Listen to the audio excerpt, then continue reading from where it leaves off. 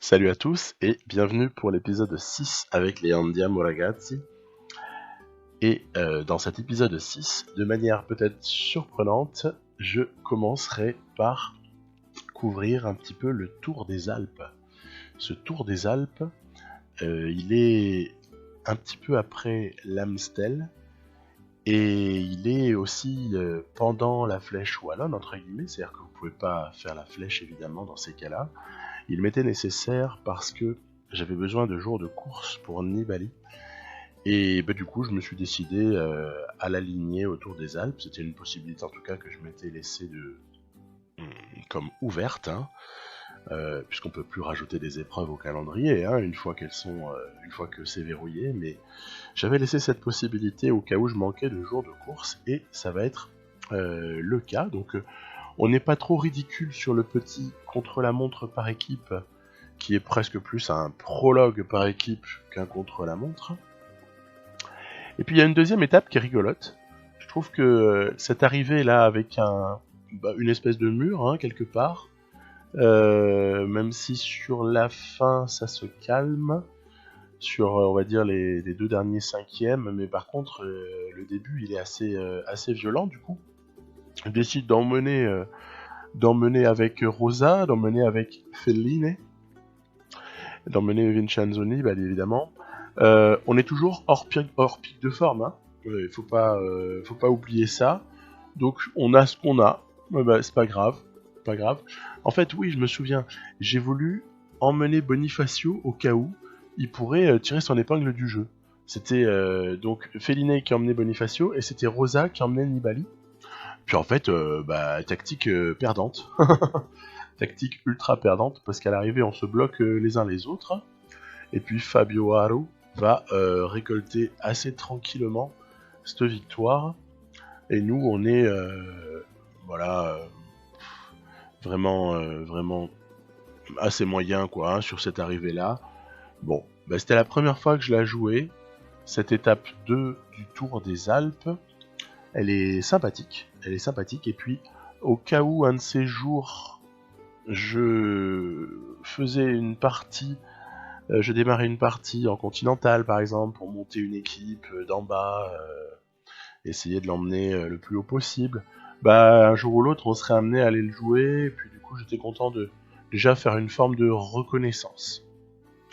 En plus du fait que moi j'aime bien les petits tours comme ça de montagne, même si c'est pas un World Tour, une épreuve World Tour, mais c'est pas grave. Regardez le parcours de la 3, 4, 5 là, ils sont assez sympathiques. Alors on va donc justement essayer de voir s'il y a moyen de secouer le cocotier et d'aller d'aller provoquer les choses. Je vous cache pas que sur une épreuve comme celle-ci, étant donné que j'ai aucun objectif sponsor, c'est free total, je me gêne pas pour attaquer et pour à la limite tactiquement peut-être commettre quelques erreurs, hein. Parce que de toute façon, c'est en faisant ce genre d'erreur qu'après on peut s'ajuster, hein. Donc voilà, c'est un petit peu comme laboratoire. Et au passage, très gros remerciement à Mairo, toujours lui, puisqu'il nous a fait un très joli maillot Andiamo Ragazzi pour le champion du monde. Voilà, il est vraiment formidable. Je lui ai passé aussi une petite commande il n'y a pas longtemps parce que je risque peut-être d'avoir besoin d'un maillot rose. On ne sait pas trop, mais en tout cas, c'est ce qu'on espère. Peut-être avoir besoin d'un maillot rose, donc il va nous faire ça, je croise les doigts. Et l'idée c'est que quand même, j'ai essayé d'attaquer dans la descente, j'ai essayé d'aller vraiment à bloc, et Nibali, en fait, il fait pas trop la diff. Vous allez me dire, ouais, c'est peut-être lié à sa forme du jour, hein, certes, mais voilà, il y a Pierre Roland qui a réussi à s'accrocher. Bon, voilà. Alors que, ouais, par exemple, j'étais assez persuadé que sur une étape comme celle-ci, en attaquant vraiment à bloc comme ça dans la descente avec Nibali, j'aurais pensé vraiment pouvoir garder un écart. Voilà, c'était vraiment le petit objectif. L'objectif aussi, c'était de vous montrer le maillot parce que je trouve qu'il est vraiment réussi. je remercierai jamais assez son concepteur. Et donc, victoire, mais victoire un petit peu en demi-teinte quelque part, parce que elle nous permet pas, au général, de faire vraiment un énorme bond, quoi. On est encore quatrième. Isagire, Seri, Charman, sont des gens qui peuvent grimper très très correctement. Et puis derrière, il peut y avoir encore, voilà, ce Pierre Roland. Il y a vraiment rien de fait, surtout avec la forme qui est celle de Nibali sur cette épreuve-là. Donc, bon, toujours priorité à l'offensive. Ce sera souvent mon credo avec dans cette partie, hein, contrairement à ma partie Lotto Soudal où je suis obligé d'être un petit peu plus tacticien, d'être un petit peu plus calculateur à des moments, de jouer un petit peu plus en équipe. Là, c'est simple, hein, il est presque venu, j'allais dire sans équipe. Faut pas se méprendre, il y a Rosa, il y a Féliné, mais oui, mais ils sont vraiment pas du tout en forme, hein. Eux, c'est vraiment, ils visent le Giro également, hein. Ils seront présents, à mon avis, ils seront assez utiles.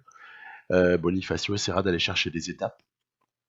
Donc ces trois-là, hein, ainsi que Nibali, seront alignés au Giro. Ça nous en fait déjà 4 sur 8. Je vous présenterai un petit peu plus loin les 4 autres. Mais toujours est-il que ils sont pas d'un grand secours, quoi. Ils sont pas d'un grand secours. Je le savais avant, hein, c'est pas grave, hein. Mais voilà, on se fait un petit peu déposer là par Pierre Roland sur le final de cette étape 3. Et à ce stade-là, ça sent pas super bon. Ça sent pas super bon pour la victoire finale, parce que on sent bien venir que les écarts vont être faibles là encore. C'est un petit peu comme au Tour du Pays Basque. Les écarts vont être assez faibles, et de ce fait, la différence que Pierre Roland a pu faire là sur cette étape 3, elle peut peser très très lourd à la fin. Vous avez vu, il y a Manu Bourgman qui est chez BMC, tiens, pourquoi pas. Pourquoi pas. C'est un excellent coureur, ça me dit quelque chose en tout cas. Et puis voilà, donc Pierre Roland s'impose. On a également prise du maillot de leader, ce qui est assez légitime. Et il nous a repoussé, cette fois-ci, il nous a repoussé à 21 secondes. Donc déjà, moins drôle, quoi. Vraiment moins drôle. Donc, oui, c'était l'étape 4, hein, juste avant, je suis désolé. Sur cette étape 5 à venir, aïe aïe aïe, oh la vilaine chute dans le final. Oh la très très vilaine chute pour Nibali dans le final. Je vais essayer de remonter. Je vais vraiment tout faire ce que je peux. À un moment donné, je vais demander à Boaro d'attendre, mais il est même pas. J'ai pas stoppé le temps. J'essaie de jouer souvent sans stopper le temps. Comme ça, voilà, je suis en condition du jeu multijoueur en fait. Hein, quand vous jouez via Internet, vous jouez avec d'autres joueurs humains. Voilà, je suis dans les mêmes conditions, comme ça. Je veux m'imposer cette contrainte-là, c'est-à-dire de ne pas faire pause tout le temps pour adapter, etc. Je le fais que dans les moments super importants. Et donc, devant, Nibali étant donc éjecté de la course à la victoire finale, hein, par la même, hein, puisque il est à plus de 2 minutes, voilà, il reviendra pas, c'est terminé, il n'y a personne pour le remonter. Il me reste plus qu'à jouer la carte Rosa, et Féliné ayant beaucoup donné, au moins peut-être d'essayer d'aller glaner une victoire d'étape. Et puis, on va se faire supplanter par Seri. Voilà, Peter Seri. Et puis en fait, qu'est-ce qui va se passer à l'arrivée du coup? C'est que ce fameux Seri, attention, arrivée de Nibali, vous voyez, il y a trop de retard là, c'est foutu. C'est foutu. Donc le général s'est perdu, bien évidemment. Et ouais, on a donc eu pas de chance, ça arrive. Je vais vous le montrer aussi parce qu'il faut pas croire que j'ai seulement de la chance à des moments. Voilà, ça va faire 6ème à l'arrivée. Voilà, c'est pas grave, c'est pas grave. De toute façon, tout ça c'était pour préparer Liège. Et d'ailleurs, Liège, eh bien, c'est tout de suite, c'est maintenant. Et je me suis rendu compte d'un truc, que je ne savais pas, c'est que quand vous êtes à 100 points de préparation, 100,0, eh bien ça ne suffit pas pour déclencher le pic de forme. Il faudrait être en fait à 100,1. Donc là encore, petite découverte. Mes calculs se sont donc avérés finalement insuffisants pour déclencher le pic le 22 avril comme je le souhaitais. Donc voilà, c'est comme ça. C'est encore une fois une petite leçon. Hein, voilà, on expérimente des choses différentes dans cette partie. Je trouve que c'est un petit peu ça l'intérêt, parce que si c'était pour refaire la même chose que chez Lotto Soudal, franchement, ça aurait pas beaucoup d'intérêt. Je trouve que ce qui peut être marrant, c'est d'essayer de faire gagner pas les mêmes types de coureurs, avoir des profils différents, avoir également des tactiques différentes. Là, on voit qu'avec panache dans la côte de la Redoute, Vincenzo Nibali choisit d'y aller, hein, parce que je me dis, allez hop, il faut pas mollir, hein. Et puis, on faut pas se mentir non plus que par rapport aux formes du jour, je mise plus sur un Gasparotto, hein, sur ce Liège-Bastogne-Liège, hein, très très clairement, hein. Puis on voit que Nibali quand même a fait un petit trou et tout. C'est assez intéressant, hein. C'est assez intéressant de voir que peut-être qu'il y aurait moyen de gagner Liège en s'échappant dans la Redoute. Surtout après là, on va enchaîner avec la Roche au Faucon. Alors on va voir que quand même, comme ça roule à bloc derrière, Nibali, il va quand même perdre du terrain, hein. Il va quand même perdre du terrain parce que c'est pas évident de résister à une vingtaine de mecs qui roulent à bloc. En même temps, ça me permet aussi, parce que avant la Roche au Faucon, il y a une petite montée, là voilà, il y a une petite côte. Et cette côte va me permettre aussi de ramener, du coup je coupe l'effort là avec Nibali, voilà, comme ça se calme, pour que je puisse ramener Gasparotto. Parce que c'était pas non plus très intelligent de se faire distancer Gasparotto, c'était vraiment naze. Donc attaquer c'est bien, perdre les équipiers, surtout le potentiel vainqueur, en tout cas le potentiel top 5, puisque c'est ce qu'on vise, c'est pas bien. Du coup, je vais quand même en remettre une, hein. On va pas se gêner, hein. On va pas se gêner. Là, faut pas mollir. Je suis parti sur l'offensive, on va attaquer, hein. Mais voilà, hop là, petite attaque sur la fin là, tac, Dan Martin qui lâche, très très bon, très très bon. On s'échappe donc. Et là, Nibali est parti seul, hein. Il est parti seul. Et derrière, j'ai réussi à faire suivre avec Moscon qui joue un rôle déterminant pour ramener Gasparotto. Et vous voyez là, il y a absence d'équipier pour pouvoir relancer. Et donc, on se retrouve, on est pas mal, parce que du coup, l'écart de Nibali grandit, hein. Alors là, ça y est, ils ont de nouveau réussi à passer à l'offensive. On prend tout de suite la roue avec Gasparotto, sinon on va se faire larguer. Ce serait fâcheux. On prend également une roue avec Moscon, mais devant, l'avance de Nibali, eh bien, là on est dans l'approche, je dirais relativement plate, semi en descente, l'approche de la côte de Saint-Nicolas. L'avance de Nibali, elle est réelle, hein, elle est réelle. Et puis surtout, elle peut encore un peu augmenter, d'autant plus que devant, là, à l'avant de ce groupe de poursuivants, ça ne roule pas à bloc. Je pense qu'ils gèrent leurs efforts. Vous voyez, on va continuer, hein, avec Nibali. Je me pose aucune question. Il faut y aller. Il faut y aller. Donc, quarantaine de secondes atteintes.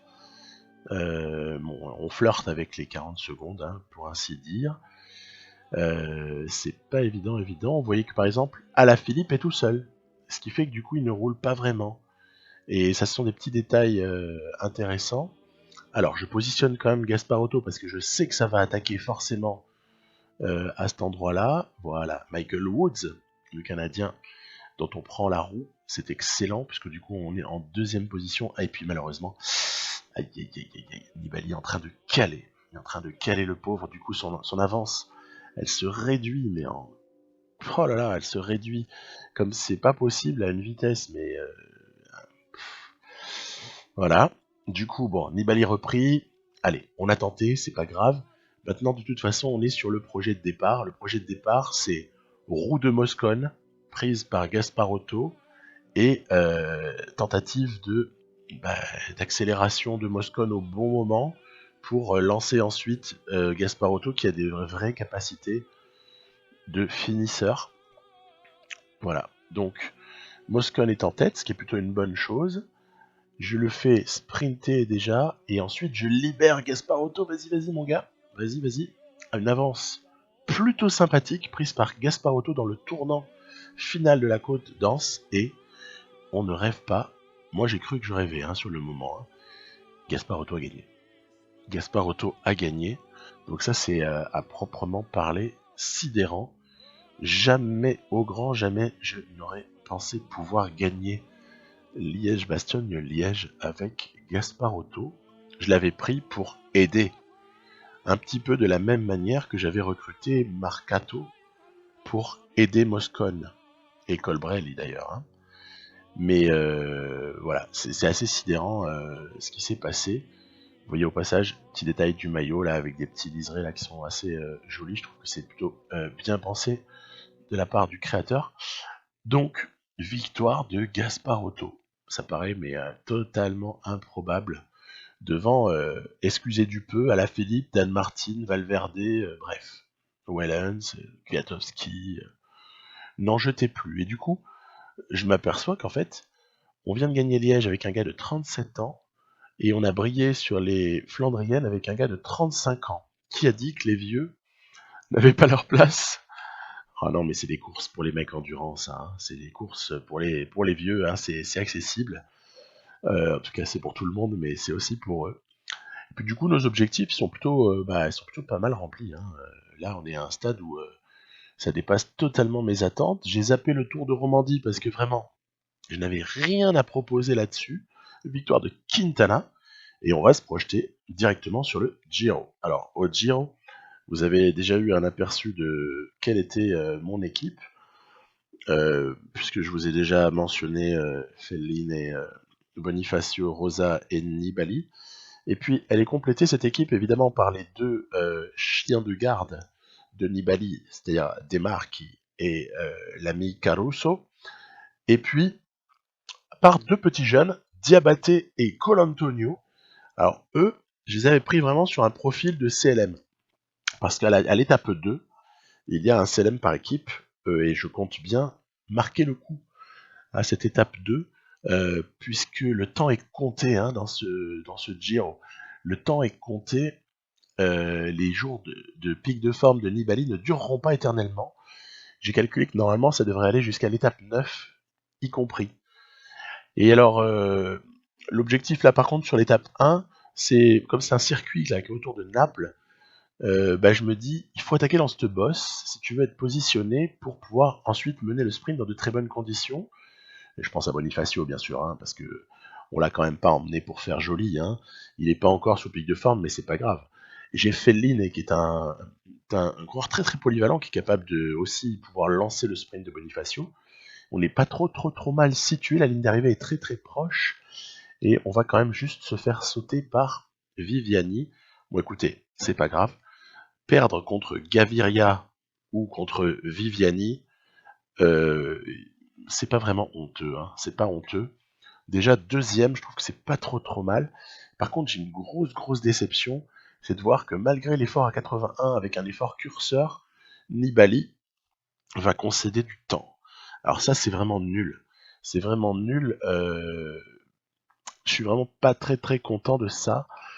C'est toujours le problème, vous savez, des leaders qui sprintent là en fin d'étape alors que c'est du plat, quoi. Vous avez déjà vu, vous, un Quintana sprinter sur du plat parce qu'il veut... je prends Quintana au hasard, on peut prendre Froome, etc. Parce que du coup, on a des concurrents qui ont repris un peu de temps à Nibali. Zacharine, Landa, Fabio Aru, Rigoberto Urán, ouais, voilà. C'est pénible. Du coup, bon, on va prendre le maillot, finalement, à cette étape 1, mais c'est un peu une prise de maillot, où finalement on est plus dégoûté qu'autre chose parce que Nibali il a perdu plus d'une minute quoi sur 3 fois rien. J'espère qu'elle ne coûtera pas trop cher. Mais à ce stade du Giro, je me dis, Zacharine, mais hyper dangereux. Le mec est trop fort en contre-la-montre.